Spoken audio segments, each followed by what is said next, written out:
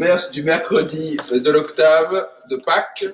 Et nous sommes exactement 1 an après que la cathédrale Notre-Dame de Paris a brûlé.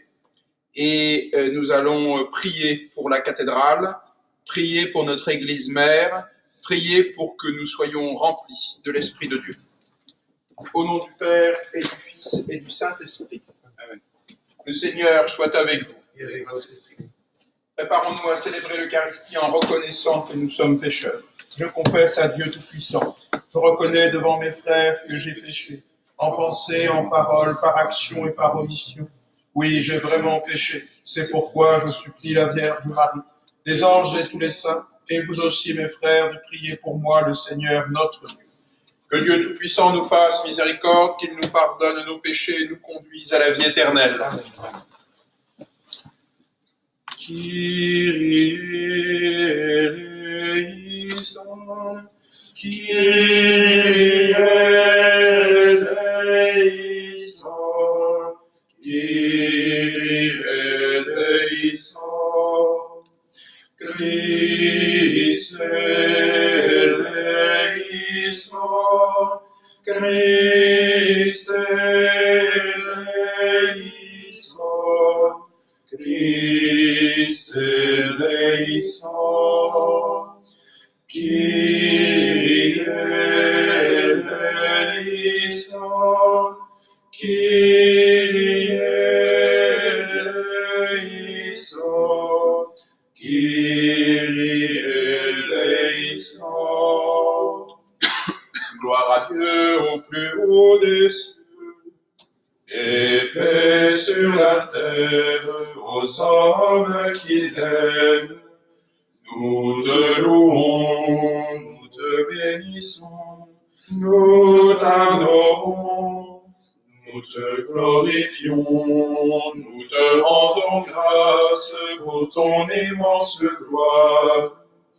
Seigneur Dieu, roi du ciel, Dieu le Père Tout-Puissant, Seigneur, Fils unique Jésus-Christ, Seigneur Dieu, agneau de Dieu, le Fils du Père, toi qui enlèves le péché du monde, prends pitié de nous. Toi qui enlèves le péché du monde, reçois notre prière.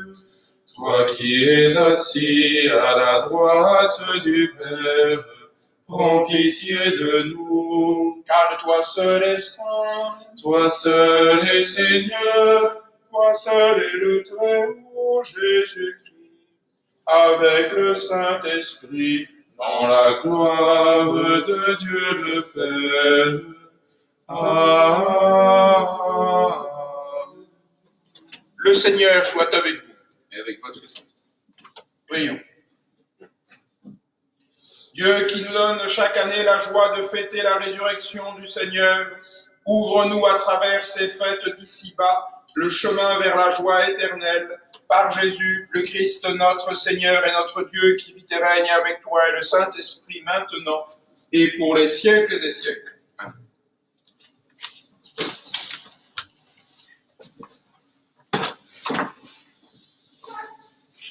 Lecture du livre des Actes des Apôtres. En ces jours-là, Pierre et Jean montaient au temple pour la prière de l'après-midi, à la 9e heure. On y amenait alors un homme infirme de naissance que l'on installait chaque jour à la porte du temple, appelée la Belle Porte, pour qu'il demande l'aumône à ceux qui entraient. Voyant Pierre et Jean qui allaient entrer dans le temple, il leur demanda l'aumône. Alors, Pierre ainsi que Jean fixa les yeux sur lui et il dit « Regarde-nous ». L'homme les observait, s'attendant à recevoir quelque chose de leur part. Pierre déclara « De l'argent et de l'or je n'en ai pas, mais ce que j'ai je te le donne. Au nom de Jésus-Christ le Nazaréen, lève-toi et marche. » Alors, le prenant par la main droite, il le releva, et à l'instant même, ses pieds et ses chevilles s'affermirent. D'un bond il fut debout, et il marchait. Entrant avec eux dans le temple, il marchait, bondissait et louait Dieu. Et tout le peuple le vit marcher et louer Dieu. On le reconnaissait, c'est bien lui qui était assis à la belle porte du temple pour demander l'aumône, et les gens étaient frappés de stupeur et désorientés devant ce qui lui était arrivé. Parole du Seigneur. Nous rendons grâce à Dieu. Alléluia. Alléluia. Rendez grâce au Seigneur, proclamez son nom, annoncez parmi les peuples ses hauts faits, chantez et jouez pour lui, redites sans fin ses merveilles. Glorifiez-vous de son règne très saint, joie pour les cœurs qui cherchent Dieu, cherchez le Seigneur et sa puissance, recherchez sans trêve sa face. Vous, la race d'Abraham, son serviteur, les fils de Jacob qu'il a choisis, le Seigneur, c'est lui notre Dieu, ses jugements font loi pour l'univers. Il s'est toujours souvenu de son alliance, parole édictée pour 1000 générations, promesse faite à Abraham, garantie par serment à Isaac. Alléluia. Alléluia.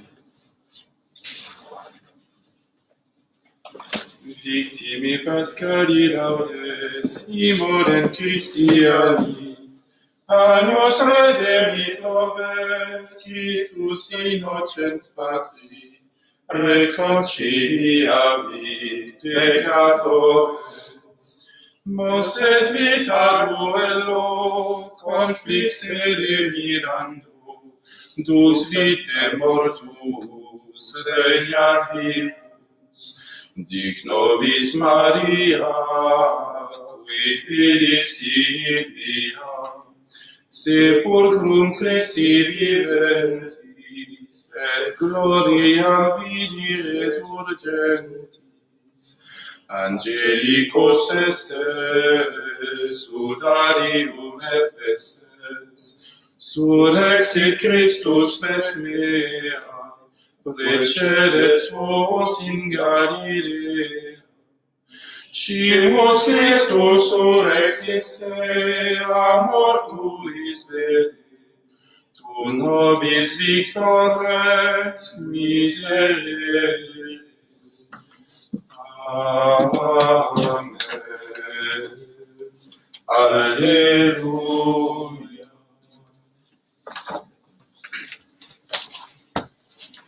Alleluia, Alleluia, Alleluia, Alleluia, Alleluia, Alléluia, Alléluia. Voici le jour que fit le Seigneur, qu'il soit pour nous jour de fête et de joie. Alléluia. Alléluia, Alléluia, Alléluia, Alléluia, Alléluia, Alléluia, Alléluia. Le Seigneur soit avec vous. Et avec votre esprit. Évangile de Jésus-Christ selon saint Luc. Gloire à toi, Seigneur. Le même jour, c'est-à-dire le premier jour de la semaine, 2 disciples faisaient route vers un village appelé Emmaüs, à 2 heures de marche de Jérusalem, et ils parlaient entre eux de tout ce qui s'était passé. Or, tandis qu'ils s'entretenaient et s'interrogeaient, Jésus lui-même s'approcha et il marchait avec eux. Mais leurs yeux étaient empêchés de le reconnaître. Jésus leur dit, « De quoi discutez-vous en marchant ?» Alors ils s'arrêtèrent tout tristes. L'un d'eux, nommé Cléophas, lui répondit, « Tu es bien le seul étranger résidant à Jérusalem qui ignore les événements de ces jours-ci. » Il leur dit, « Quels événements ?»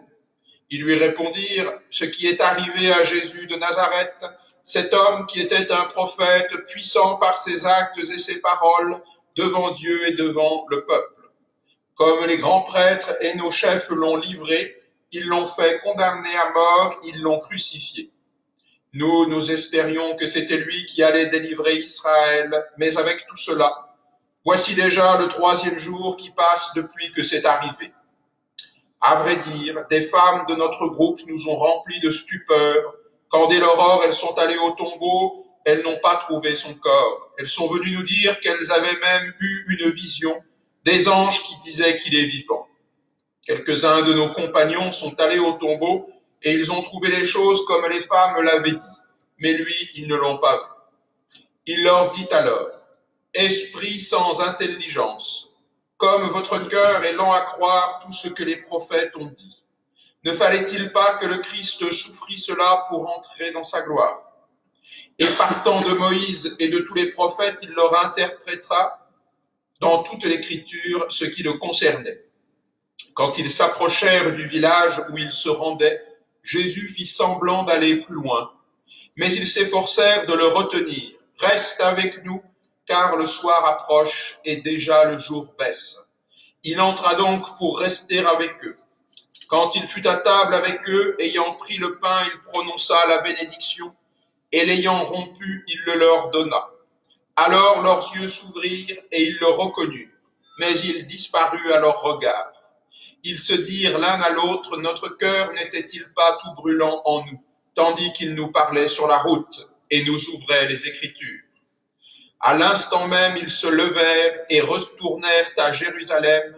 Ils y trouvèrent réunis les 11 apôtres et leurs compagnons qui leur dirent « Le Seigneur est réellement ressuscité, il est apparu à Simon-Pierre. » À leur tour, ils racontaient ce qui s'était passé sur la route et comment le Seigneur s'était fait reconnaître par eux à la fraction du pain. Acclamons la parole de Dieu. Louange à toi, Seigneur.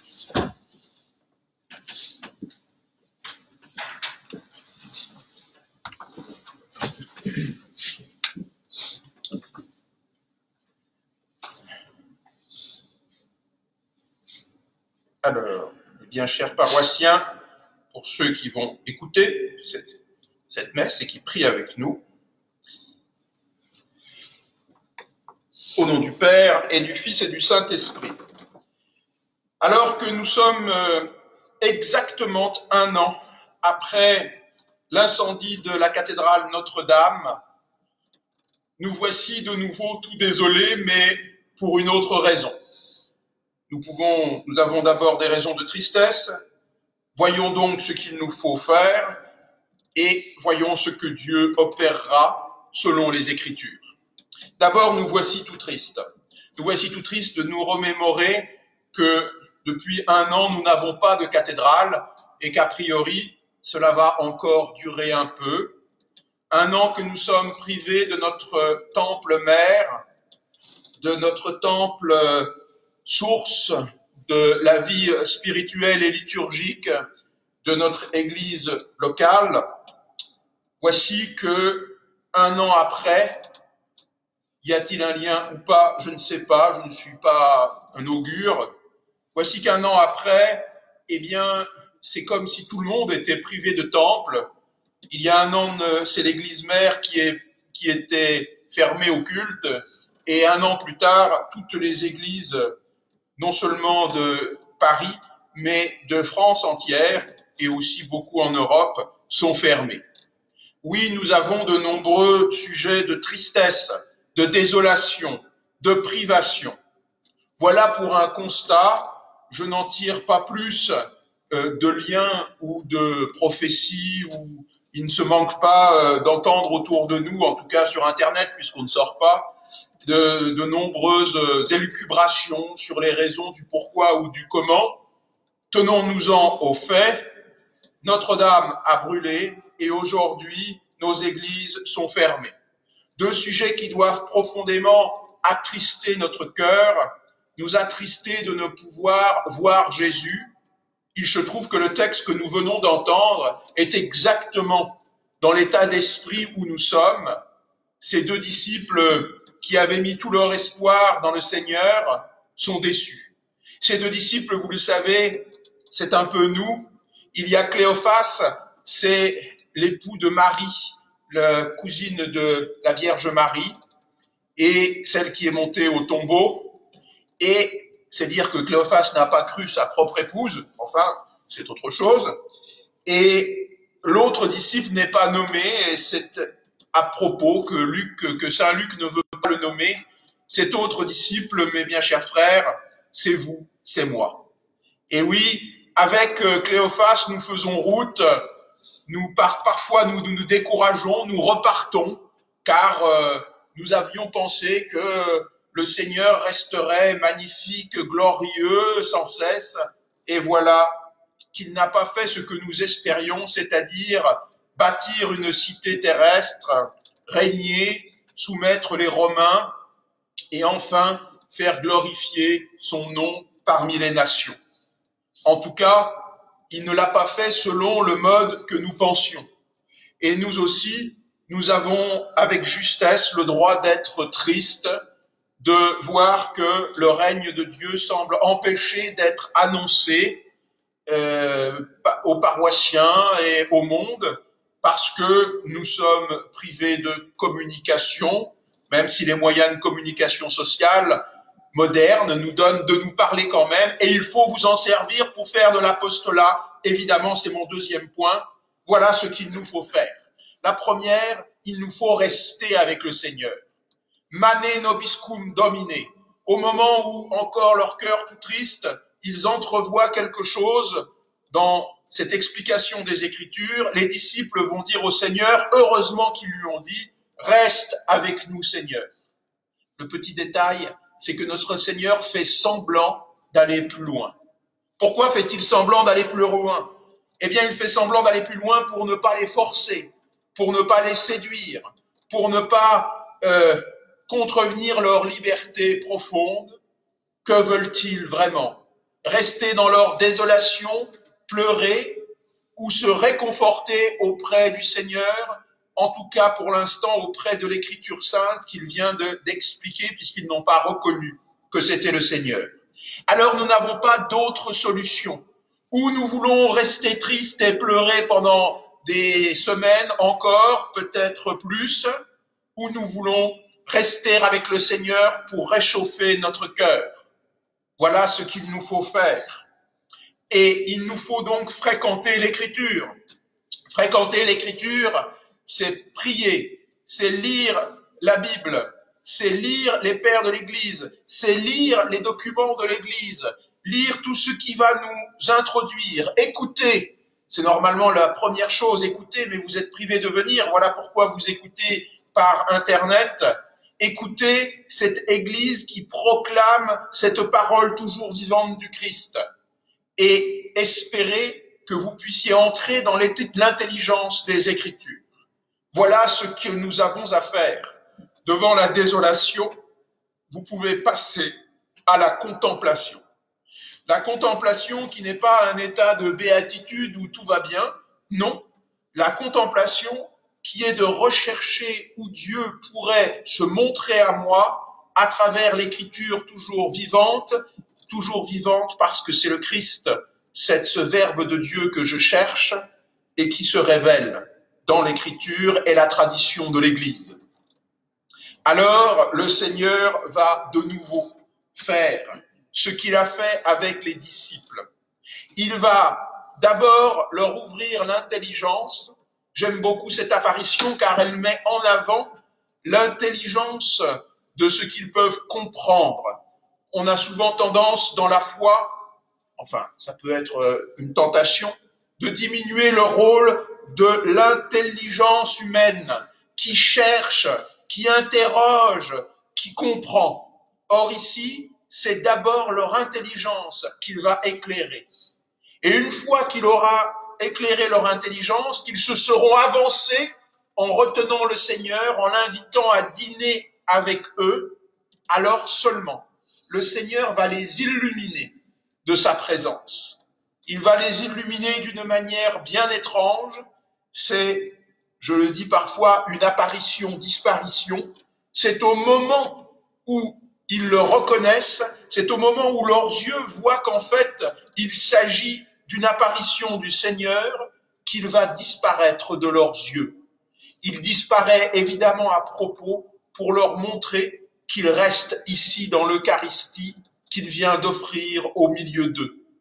Alors oui, mes bien chers frères, si vous restez bien unis au Seigneur, si vous cherchez sans jamais vous désespérer les signes que Dieu va vous donner de l'intelligence que vous pouvez avoir de l'Écriture, alors seulement vous reconnaîtrez le Seigneur, même en pleine disparition, même si pour l'instant nous n'avons pas de cathédrale, même si pour l'instant vous ne pouvez pas venir prier à l'église. Vous pouvez venir prier à l'église, elle reste ouverte toute la journée, mais vous ne pouvez pas assister aux messes que nous célébrons, puisque nous les célébrons à huis clos, à porte fermée. Eh bien, même à travers ce brouillard, cette nuit de la pratique de la foi, vous pouvez entrevoir la présence du Christ dans cette disparition, c'est ma prière pour vous, qu'elle vous donne de voir et de reconnaître le Seigneur qui vient. Tout le reste se mettra en place, la manière dont nous rouvrirons nos églises, la manière dont nous reconstruirons Notre-Dame. Ayez confiance que Dieu, en ouvrant notre intelligence au sens de l'Écriture, ouvrira notre intelligence pour le sens de la vie qui est la nôtre avec Dieu. Ainsi soit-il.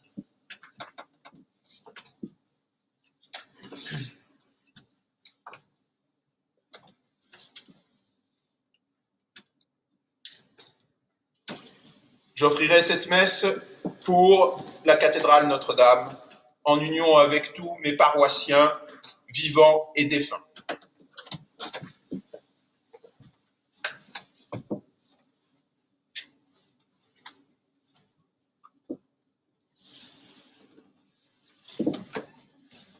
Viens parmi nous, Seigneur, dans le silence. Notre regard te cherche dans la nuit. Ouvre nos cœurs aux joies de ta présence. Toi dont l'amour ensemble nous unit. Vois, ô Seigneur, tes fils qui les mains pleines t'offrent joyeux leur tâche de ce jour. Toi qui connus le prix de notre peine, tu sauras bien y voir un peu d'amour. Ô compagnon de notre route d'homme, reste avec nous, Seigneur, il se fait tard. Entre tes mains, notre âme s'abandonne. Nous dormirons en paix sous ton regard. Prions ensemble au moment d'offrir le sacrifice de toute l'Église. Pour la gloire de Dieu et le salut du monde. Accueille, Seigneur, le sacrifice qui rachète les hommes et dans ton action bienveillante, procure-nous le salut de l'esprit et du corps, par Jésus, le Christ, notre Seigneur et notre Dieu, qui vit et règne avec toi et le Saint-Esprit, maintenant et pour les siècles des siècles. Amen. Le Seigneur soit avec vous. Et avec votre esprit. Élevons notre cœur. Nous tournons vers le Seigneur. Rendons grâce au Seigneur notre Dieu. Cela est juste et bon. Vraiment, il est juste et bon de te glorifier, Seigneur, en tout temps, mais plus encore aujourd'hui où le Christ, notre Pâque, a été immolé. Car il est l'agneau véritable qui a enlevé le péché du monde. En mourant, il a détruit notre mort, en ressuscitant, il nous a rendu la vie. C'est pourquoi le peuple débaptisé, rayonnant de la joie pascale, exulte par toute la terre, tandis que les anges dans le ciel, les anges et les archanges, les puissances d'en haut et tous les esprits bienheureux chantent sans fin l'hymne de ta gloire. Sanctus, Sanctus, Sanctus, Dominus Deus Sabaoth. Sanctus, Sanctus, Sanctus, Dominus, Dominus Deus Sabaoth. Pleni sunt cieli et terra, gloria tua.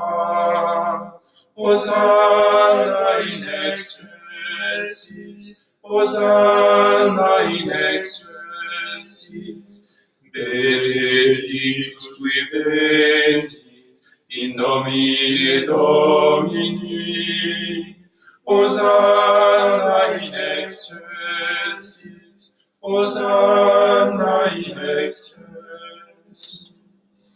Père infiniment bon, toi, vers qui montent nos louanges, te supplions par Jésus-Christ, ton Fils, notre Seigneur, d'accepter de bénir ces offrandes saintes. Nous te les présentons avant tout pour ta sainte Église catholique. Accorde-lui la paix, protège-la, daigne la rassembler dans l'unité, la gouverner par toute la terre. Nous les présentons en même temps pour ton serviteur, notre pape François, pour notre évêque Michel et tous ceux qui veillent fidèlement sur la foi catholique reçue des apôtres.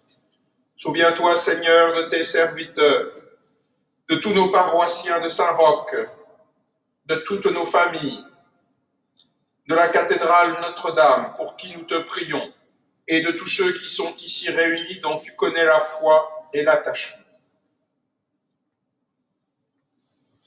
Nous t'offrons pour eux, ils t'offrent pour eux-mêmes et tous les leurs ce sacrifice de louange pour leur propre rédemption, pour le salut qu'ils espèrent, et ils te rendent cet hommage à toi, Dieu éternel, vivant et vrai.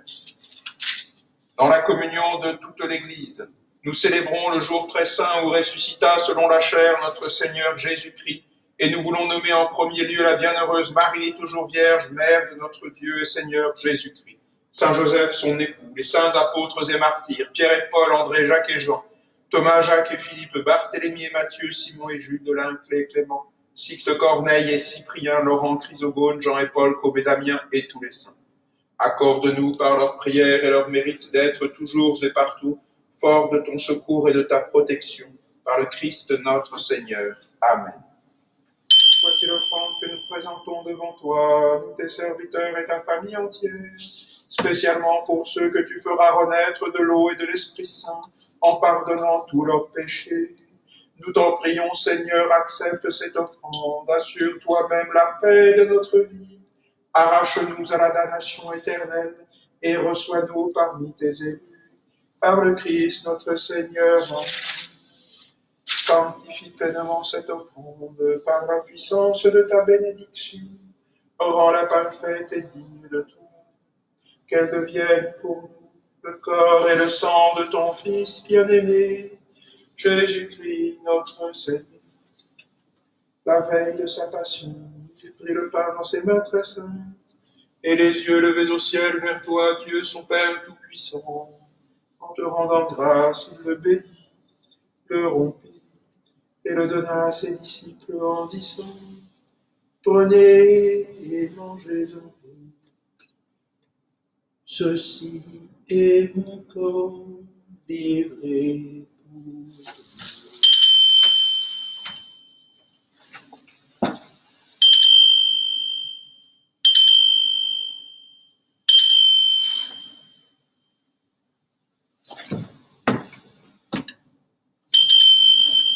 De même qu'à la fin du repas, il prit dans ses mains cette coupe incomparable, et te rendant grâce à nouveau, il la bénit, et la donna à ses disciples en disant, prenez et buvez-en tous, car ceci est la coupe de mon sang, le sang de l'alliance nouvelle et éternelle, qui sera versé pour vous et pour la multitude, en rémission des péchés.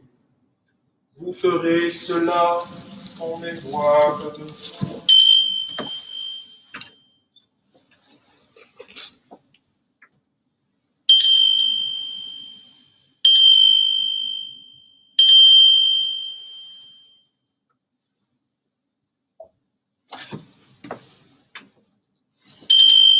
Il est grand le mystère de la foi. Nous proclamons ta mort, Seigneur Jésus. Nous célébrons ta résurrection. Nous attendons ta venue dans la gloire. C'est pourquoi nous aussi, tes serviteurs et ton peuple saint avec nous, faisant mémoire de la passion bienheureuse de ton Fils Jésus-Christ notre Seigneur, de sa résurrection du séjour des morts et de sa glorieuse ascension dans le ciel, nous te présentons, Dieu de gloire et de majesté, cette offrande prélevée sur les biens que tu nous donnes, le sacrifice pur et saint, le sacrifice parfait, pain de la vie éternelle et coupe du salut.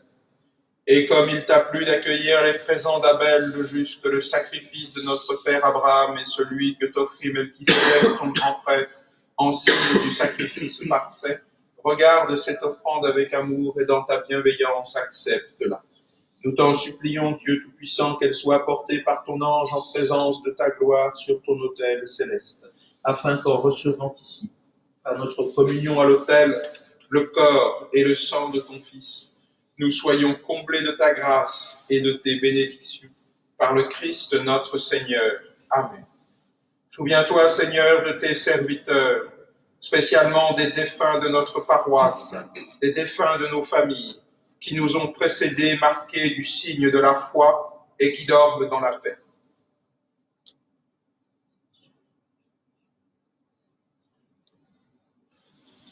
Pour eux et pour tous ceux qui reposent dans le Christ, nous implorons ta bonté, qu'ils entrent dans la joie, la paix et la lumière, par le Christ notre Seigneur. Amen.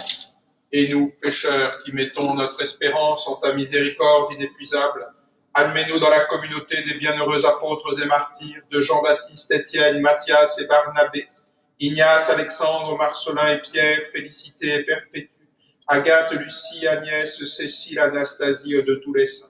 Accueille-nous dans leur compagnie sans nous juger sur le mérite, mais en accordant ton pardon, par Jésus-Christ notre Seigneur, par qui tu ne cesses de créer tous ces biens, tu les bénis, leur donnes la vie, les sanctifies et nous en fais le don.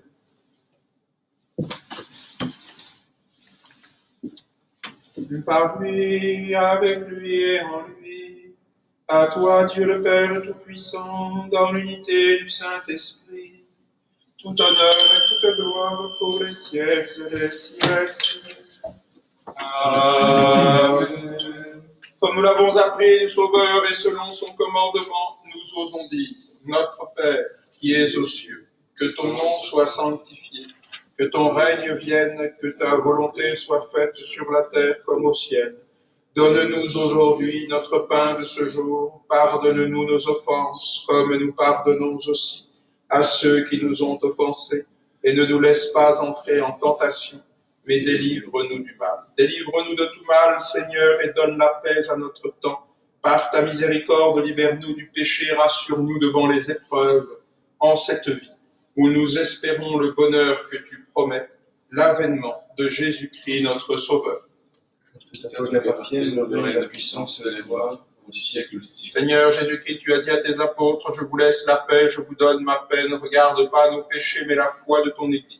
Pour que ta volonté s'accomplisse, donne-lui toujours cette paix et conduis-la vers l'unité parfaite, toi qui règnes pour les siècles des siècles. Amen. Que la paix du Seigneur soit toujours avec vous. Et avec votre esprit. Agnus Dei, qui tollis peccata mundi, miserere nobis, miserere nobis.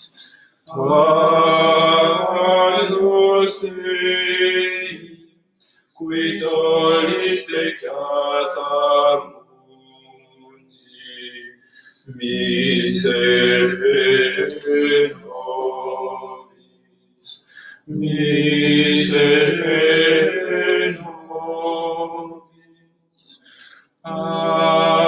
Agnus Dei, qui tollis peccata mundi, dona nobis pacem, dona nobis pacem. Communion spirituelle, je voudrais, Seigneur, vous recevoir avec la pureté, l'humilité et la dévotion avec lesquelles votre très sainte mère vous reçut, avec l'esprit et la ferveur des saints.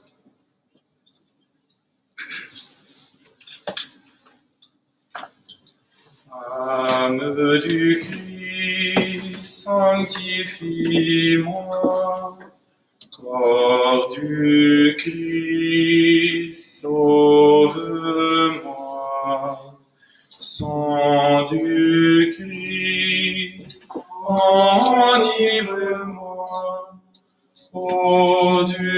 beauté du Christ, lavez-moi.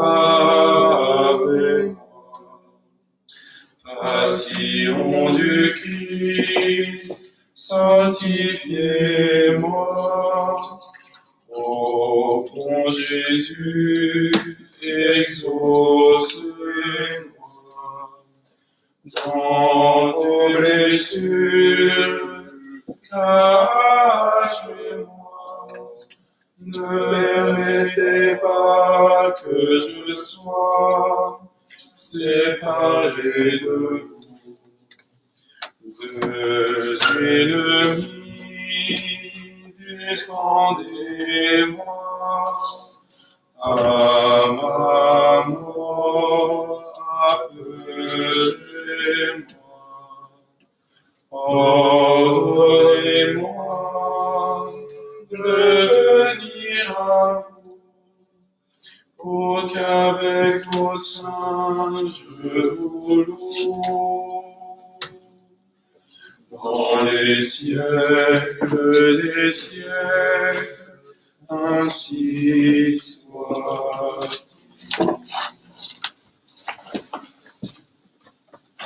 Le Seigneur soit avec vous. Et avec votre esprit. Prions. Nous te le demandons, Seigneur, que cette communion au mystère de ton Fils nous fasse entrer libres de tout vieillissement dans la nouvelle création par Jésus, le Christ, notre Seigneur et notre Dieu, qui vit et règne avec toi et le Saint-Esprit, maintenant et pour les siècles des siècles. Amen.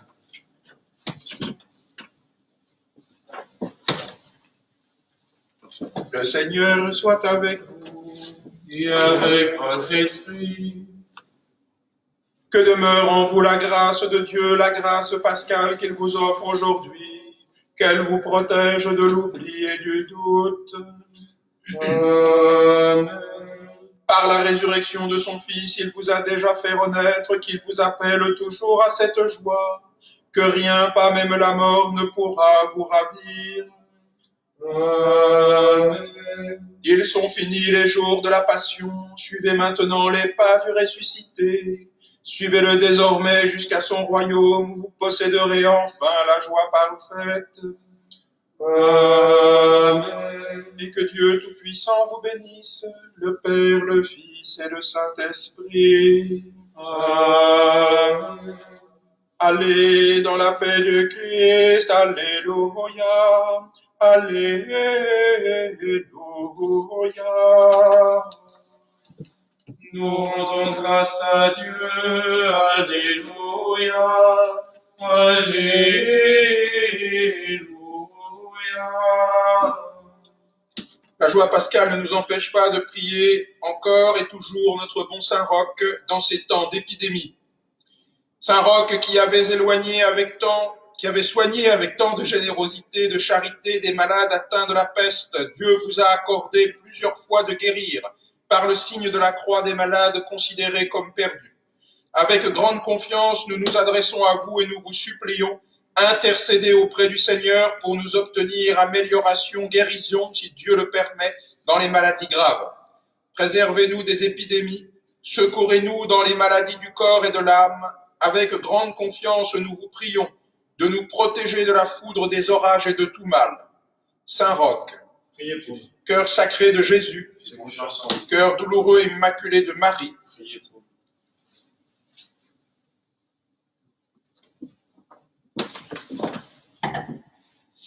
Ave Regina Celorum, Regina Celi, letare, alleluia.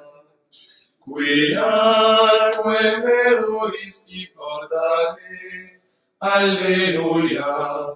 Resurrexit, sicut dixit, alleluia. Ora pro nobis Deum, alleluia. Gaudet letare Virgo Maria, alleluia. Quia surrexit Dominus vere, alleluia. Ovimus, Domine qui per resurrectionem Filii Tui, Domini nostri, Iesu Christi, mundum letificare dignatus sit apressemus ut per eius intuisquem vicinem Mariam, perpetue capiamus gaudia vitae. Per Christum Dominum nostrum. Amen. Eh oui, le carême est fini.